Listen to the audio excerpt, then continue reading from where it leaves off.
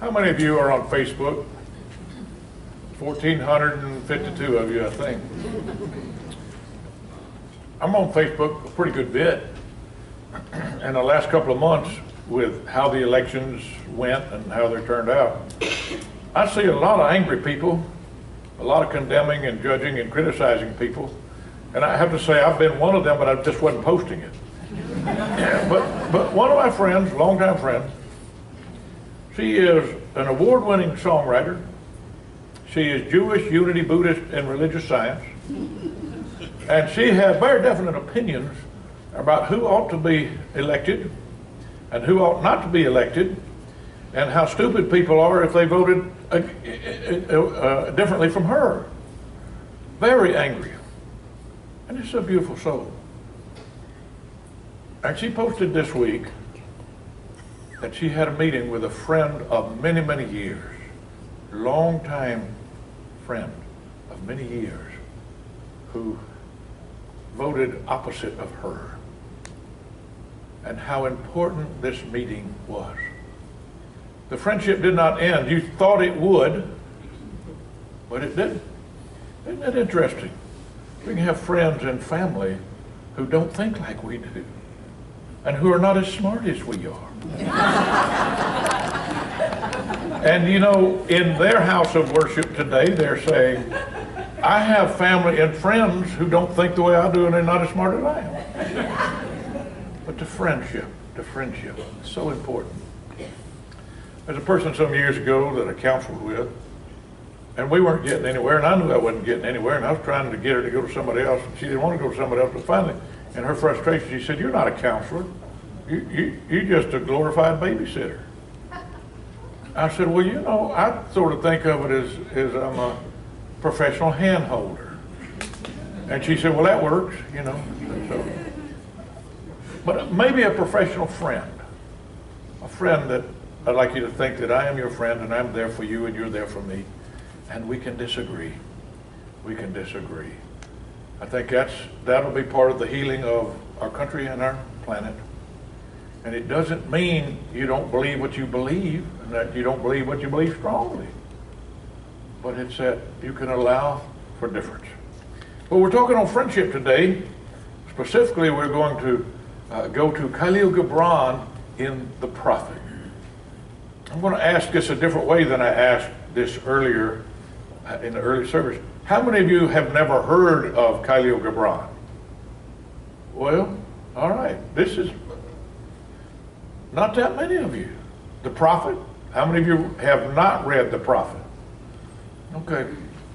This is one of my favorite all-time books. Kahlil Gibran was Lebanese.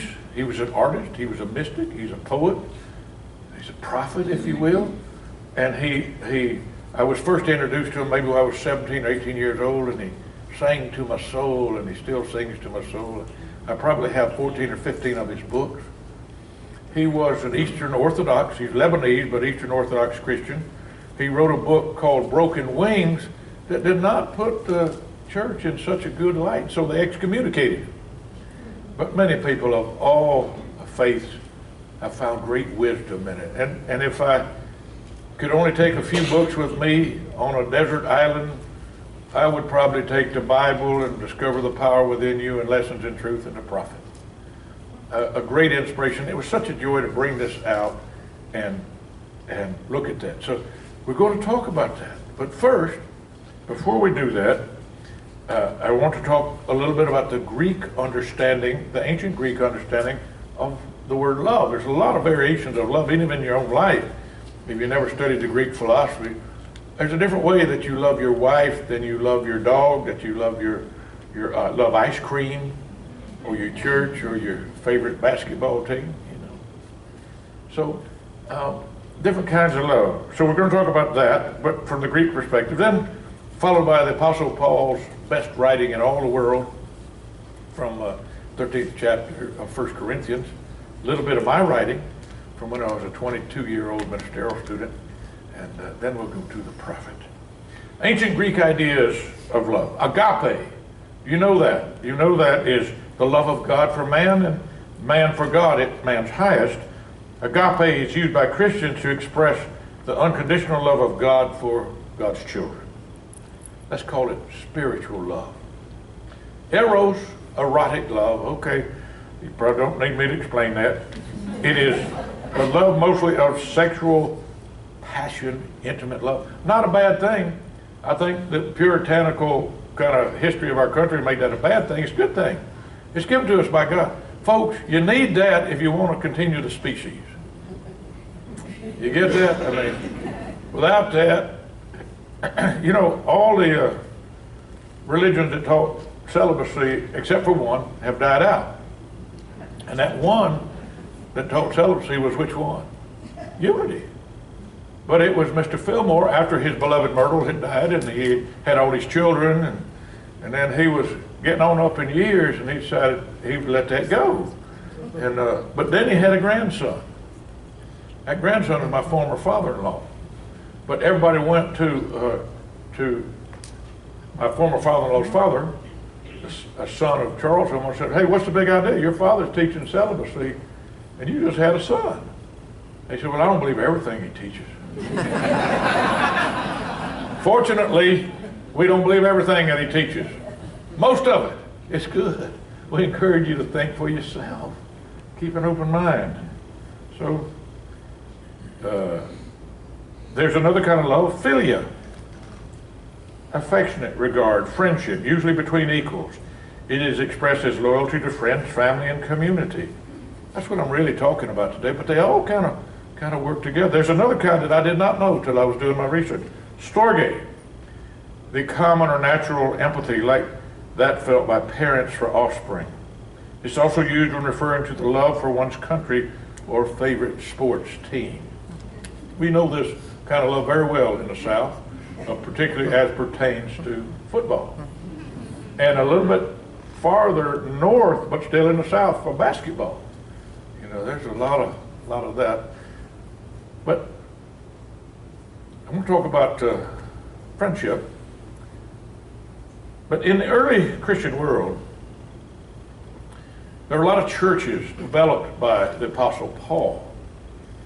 A few years back, quite a few years back, Brenda and I had the opportunity to retrace Paul's footsteps in what was called Asia Minor, Greece and Turkey, and all these churches. Without Paul, we wouldn't have probably Christianity in the Western world today. It's an amazing, when things settle down a little bit in Turkey, this would be a good trip to go on again. But so you've got one church in particular was having a little bit of trouble, Corinth. The Corinthians. They didn't know how to love. Well, they had an aspect of it. They had temple prostitutes. Not the kind of love that Paul was talking about, or Jesus was talking about. And they fought each other, and you know, Paul wrote something beautiful. I think the most beautiful thing that Paul ever wrote, 1 Corinthians chapter 13. It is often used in weddings, sometimes in funeral services when they want to say, this is the way my mother or my father or my brother was. This is the way he loved. And this is how I want to remember him and want you to remember him. Now, what I discovered in my Bible studies is I didn't agree with everything that Paul said. But then I came to find out that Paul didn't say everything they say Paul said. In other words, people put words in his mouth or signed his name and that sort of thing. So, but this, from the 13th chapter of 1 Corinthians, and I'm just going to take a segment of it because this tells you what he wanted the church to know. He wanted them to clean up their act. He wanted them to be loving toward one another. And so he said, love is patient. Love is kind. Love is not envious or boastful or arrogant or rude. And by the way, when I look at leaders, heroes, this is what I look for. And today it's like if you can conquer, if you can win, if you can be powerful, it doesn't matter if you're boastful or arrogant or rude. It matters to me. And maybe it matters to you. But this is what he's saying. Don't be boastful or arrogant or rude. Love does not insist on its own way. It is not irritable or resentful. I have to work on that one a bit. Any of you have that? Do you live without being irritable or resentful yet? No. See, this is a high standard that we want to get to. It does not rejoice in wrongdoing. And we might say in today's vernacular, it doesn't say, nanny, nanny, nanny. You got what was coming. You deserve that. We don't rejoice in wrongdoing, but rejoices in the truth. It bears all things. It believes all things, hopes all things, endures all things. And love never ends. I want to talk about that endures all things. Sometimes we have stuff in our lives, don't we? Maybe, in my work, I have often dealt with people with chronic pain. It's a very difficult thing. And to love those people and get them to love themselves and love them to wholeness, to endure all things, and to know that love never ends. People change and bodies change, and we sometimes, our loved ones let go of the body. But the love is forever. Love is God. It's not just an attribute of God, it's God. And love never ends. If you want to know if you're loving, take a look at 1 Corinthians 13. And then, when I was in my early 20s, I was in Unity's ministerial school. One of the youngest ones ever. And over 3 academic years, we were required to write our credo, or some would call it credo. It's what I believe. And you develop this thesis, really, of what you believe about God. Not what you heard, what you read, what's in the Bible, what's in Eric Butterworth's teachings, or Kahlil Gibran's teachings, or Emily Cady's teachings, but what do you believe? What do you know about God? What do you know about human beings? What do you know about the relationship between God and human beings? And yes, you want to talk about church. What do you believe about church? What do you want? And you see, you do this over a period, and then in your last semester, you present that to your classmates and to the faculty. And you sort of have a defense of your thesis, which is an odd thing to have to defend what you believe. But Jesus told us what about belief? As you believe, it is what? Done unto you. So, what do you want in ministry? How do you see ministry? To whom are you ministering? And so, I believe. One thing I want to tell you about ministry is we did learn that there's kind of 2 basic approaches to ministry. No one's all one or the other. But you get this, there's the priestly style of ministry, and there's the prophetic style of ministry. It's not that one is right and one is wrong, but you know who you are in your ministry and your theology. Priestly would have a priestly figure up high, a high pulpit. If you come from other denominations, perhaps you've seen that. And they're seen as somewhat of an intermediary between the congregation down here and God up there. It doesn't seem to me that the unity approach implies that, but there are some who minister very well from that sort of priestly perspective. The other is prophetic. It doesn't mean you're a prophet or you prophesy, but it means that you're more comfortable if you're in a circle. And you're not above, you're one of the congregation, and you draw out the godliness from the others. That would be my style. You probably know that. Not to lord over my ordination and 40 years of ministry, but to say, hey, we're all God beings, God children. Let's draw this out. Now that makes ministry a little difficult at times, because what if I've gone in prayer and I'd say, I believe we ought to take the church in this direction. But you've gone in prayer and say, well, I went in prayer and I think we ought to take it in this direction. So then we have meetings. And this one says, let's do this, this says do that, let's do this. Well, I would not have it any other way. There are times I wish that I could say, well, no, I went to the mountain. I brought down the tablets. These are the commandments. But that's not my way. It's not my way. So I was working on this like 35, 50-page thesis, really, what I believe. And at some point, my right brain said to the left brain, shut up. You've been doing all this writing, all this stuff. You're supporting it with scripture. You're supporting it. But listen to me. In essence, listen to your heart. And I wrote this piece. It's very different from the rest of that document. I have a copy of it outside my office, framed.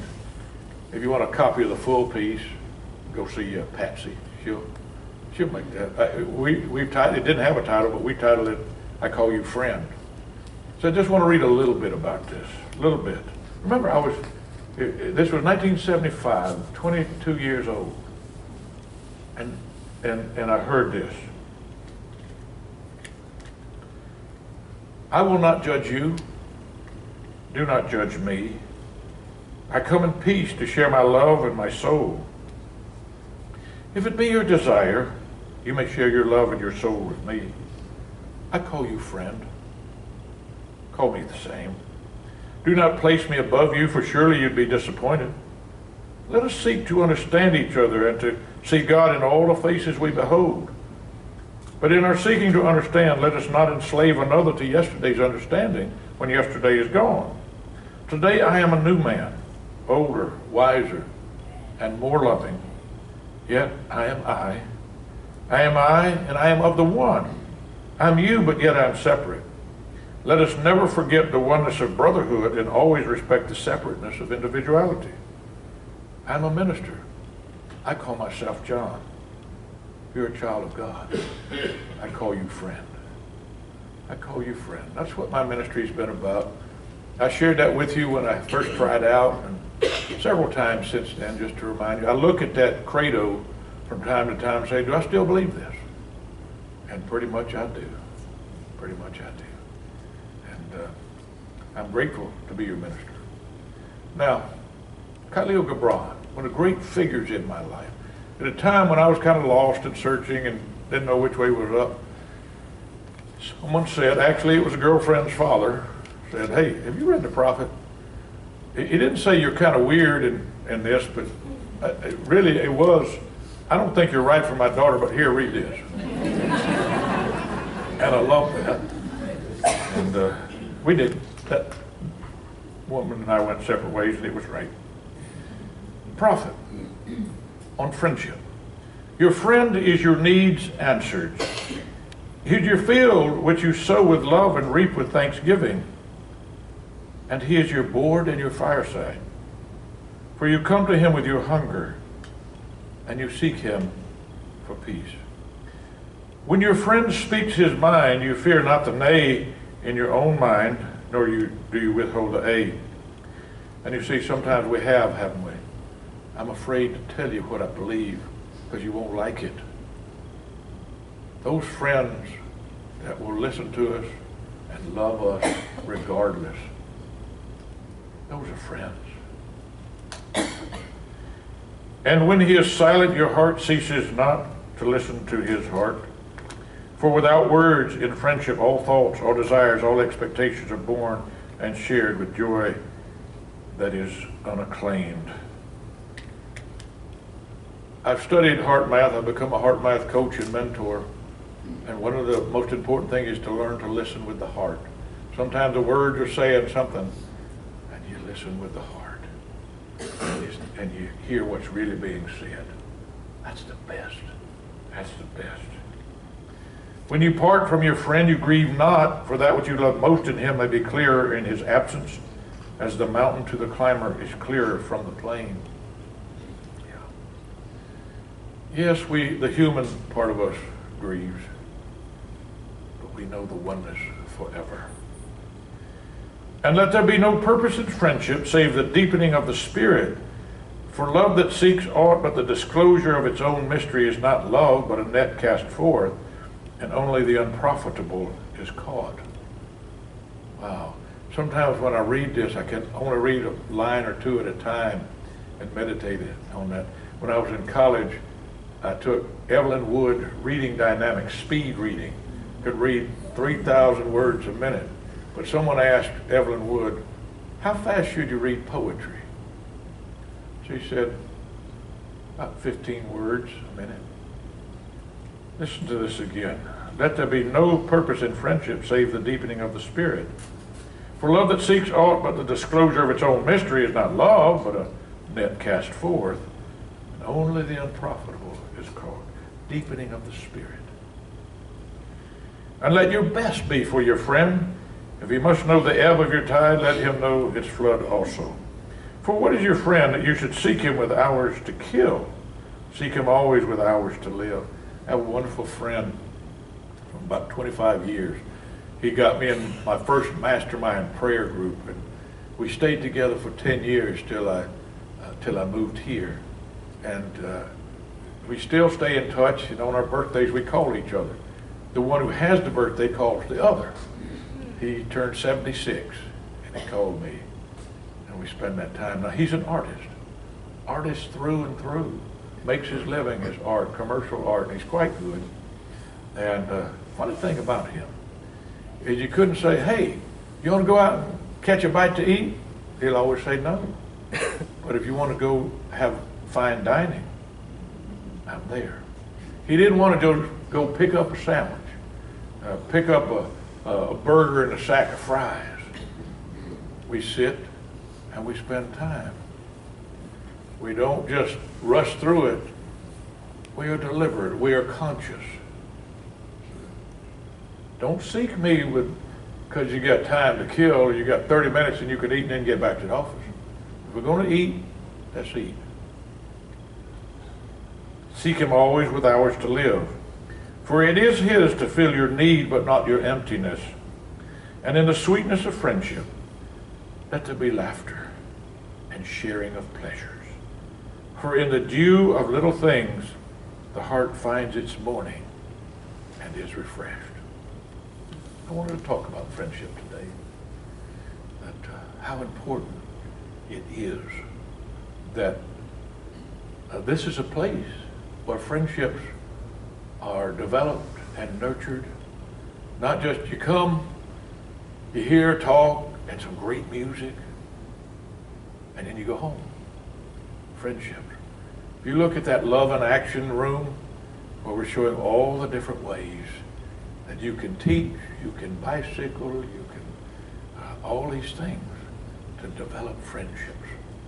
Yes, the unity philosophy is very important. It's life transformative. It was for me and for most of you in here. But friendships, I look out and I see a friend from 40 years ago that he had come back from the Peace Corps. I was getting ready to go off to ministerial school. We barely stayed in touch over the years. He moved away, I moved away. Then I came back and he came back. He's part of another prayer group that we meet every week, a friendship, where we can say our yeses and our nos, we can agree and disagree, but we love one another. That's my prayer for you, that you have seen and will continue to see me as your friend, and as things change in this place, the friendship, the love will never die, but it'll just grow richer, and we'll welcome a new friend in a new leadership position, and we'll build more friendships.